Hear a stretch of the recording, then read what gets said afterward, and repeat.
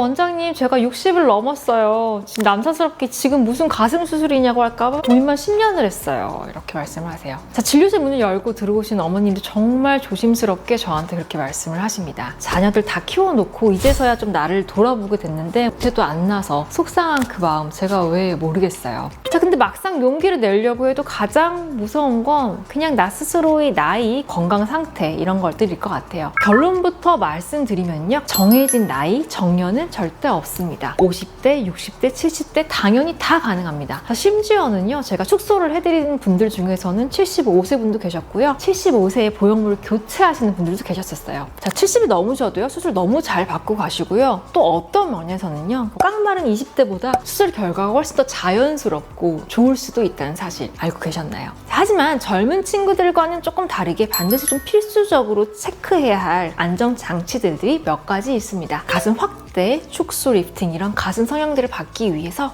그 전에 꼭 확인해야 할 질병관리법부터 마취의 리스크 그리고 회복 속도까지 의학적인 근거를 바탕으로 조금 더 파헤쳐 드리겠습니다. 자, 저는 청담옥기성형외과 대표원장 조혜인입니다. 가장 먼저 제일 궁금해하시는 질문은요. 몇 살까지 수술이 가능한가요에 대한 답일 것 같아요. 자, 의학적으로 수술을 불가능한 절대적인 나이는 없습니다. 중요한 건 우리가 주민등록증상의 나이가 아니라요. 신체 나이 그리고 나의 건강 상태거든요. 실제로 저희 병원에서도 제 환자분들 중에서도 70대 환자분들이 수술 받으시고 아주 건강하게 퇴원하시는 케이스 정말 많고요. 만족도 역시 너무너무 좋으신 경우들이 많아요. 다만 젊은 층과는 달리 이런 중년 이상의 분들은 조금 기저질환을 가지고 계시는 경우가 많기 때문에 이 부분을 사전에 어떻게 예방하고 컨트롤하느냐가 수술의 성패를 좌우합니다. 흔하게 이제 고혈압이나 당뇨 이런 것들을 가지고 계신 분들이 계신데요. 고혈압이 있으신 분들은요. 수술 중에 출혈 위험이 조금 더 높을 수가 있어요. 이런 상황은 수술 후에 피가 고이는 혈종이나 아니면 보형물 수술을 한 경우에는 구형구축이 원인 될 수도 있거든요. 그래서 수술이 결정되게 되시면요. 내과와의 협진을 통해서 혈압량을 잘 조절하는 경우들도 있고 정상 혈압을 일단 잘 유지하시는 게 수술의 1순위입니다. 당뇨 같은 경우에는요. 상처 회복 속도나 감염에 조금 영향을 끼치고 있어요. 그래서 최근에 3개월, 6개월간의 혈당이 잘 조절되지 않으면 수술 부위의 회복에도 좀 영향을 줄 수가 있기 때문에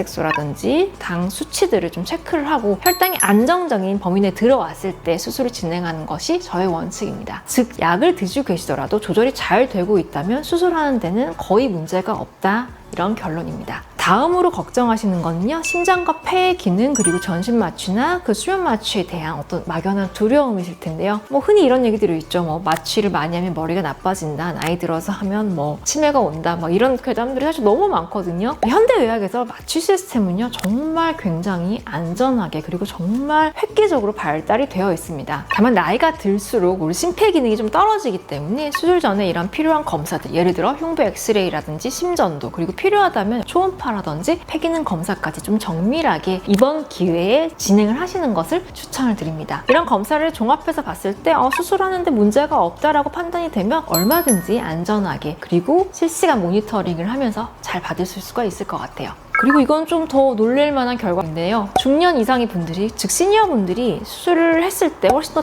자연스럽고 더 모양이 좋은 경우, 즉 유리한 점도 있습니다. 특히 확대를 했을 때 어떤 그런 모양이나 통증인데요. 젊고 되게 깡마른 친구들은 피부와 근육이 굉장히 타이트하기 때문에 보형물이 들어갔을 때 이 보형물이 밀어내는 힘들이 조금 더 강한 편이에요. 피부를 밀어내는 힘이. 그렇다 보니까 통증이 좀 심한 경우도 있는데요. 자, 어머님들은 저도 마찬가지지만 특히 출산을 했다거나 수유 경험이 있다거나 하면 조직들이 이미 좀 많이 느슨해져 있는 경우들이 많아요. 그렇기 때문에 피부의 탄력도 좀 자연스러운 경우가 많고 해서 보형물이 들어갔을 때 좀 조직이 부드럽게 이렇게 스트레칭이 되게 되고 보형물이 들어갈 공간이 상대적으로 잘 확보되어 있는 경우가 많아요. 그래서 오히려 수술 직후의 통증이 젊은 층들보다 훨씬 덜한 경우가 많습니다. 자, 회복 속도에 대해서 말씀을 드리면요. 물론 우리 세포가 20대와 같지는 않겠죠. 하지만 요즘에는 원체 영양 상태도 좋고 운동 상태도 좋으시기 때문에 영양 섭취 잘 하시고 무리한 활동만 안 하신다면 일상생활에 복귀하는 시점은 정말 그렇게 큰 차이가 없습니다. 오히려 바쁜 젊은 친구들보다 조금 더 시간적인 여유가 있으신 분들이 많으시기 때문에 출퇴근 스트레스 없이 조금 더 충분하게 푹 쉬실 수 있어서 회복이 더 빠른 경우도 전 정말 많이 봤어요. 자, 하지만요, 또 주의사항을 말씀을 드리고 싶은 거는요, 혈액순환이나 이런 유지 자체가 젊은 층보다는 조금 떨어질 수 있어요. 그래서 수술 직후에 너무 누워만 계시거나 꼼짝 안 하고 계시기보다는요, 조기 보행, 얼리 앰뷸레이션이라고 하는데 수술 후 간단하게 조금 일상 걷기 등을 통해서 혈전이 생기지 않도록 관리해 주시는 것들이 중요하고요. 아스피린이나 혈액순환 개선제 혹은 건강보조식품 같은 것들을 드시고 계시다면 이 지혈 상태를 방해할 수 있기 때문에 미리 체크를 하시고 수술 1, 2주 전에는 좀 끊어주시는 것들이 굉장히 중요합니다. 자, 이런 사소한 것들만 잘 지켜주신다면 50대 이상의 중년 시니어분들의 가슴 성형은 정말 잃어버린 여성성을 되찾고 자신감을 회복할 수 있는 최고의 선물이 될 수가 있습니다. 자, 오늘은 50대 이상의 중년 시니어분들의 가슴 성형, 그리고 과연 안전할까? 그리고 어떤 것들을 조심해야 할까에 대해서 자세하게 알아봤는데요. 자, 의학적인 리스크가 분명 20대와 같을 수는 없어요. 하지만 철저한 사전 검사와 전문가들이 관리가 동반된다면 너무너무 잘 할 수 있는 수술이고 안전하게 진행될 수 있는 수술입니다. 자, 오늘 영상이 제2의 인생과 나의 불편함과 아름다움을 극복하는 그런 걸 꿈꾸는 분들에게 용기가 되었으면 좋겠습니다. 도움이 되셨다면 구독과 좋아요, 알림 설정 부탁드리고요. 저는 다음에도 더 유익한 정보로 찾아오겠습니다. 지금까지 성당 오기 성형외과 조희은 대표원장이었습니다. 감사합니다.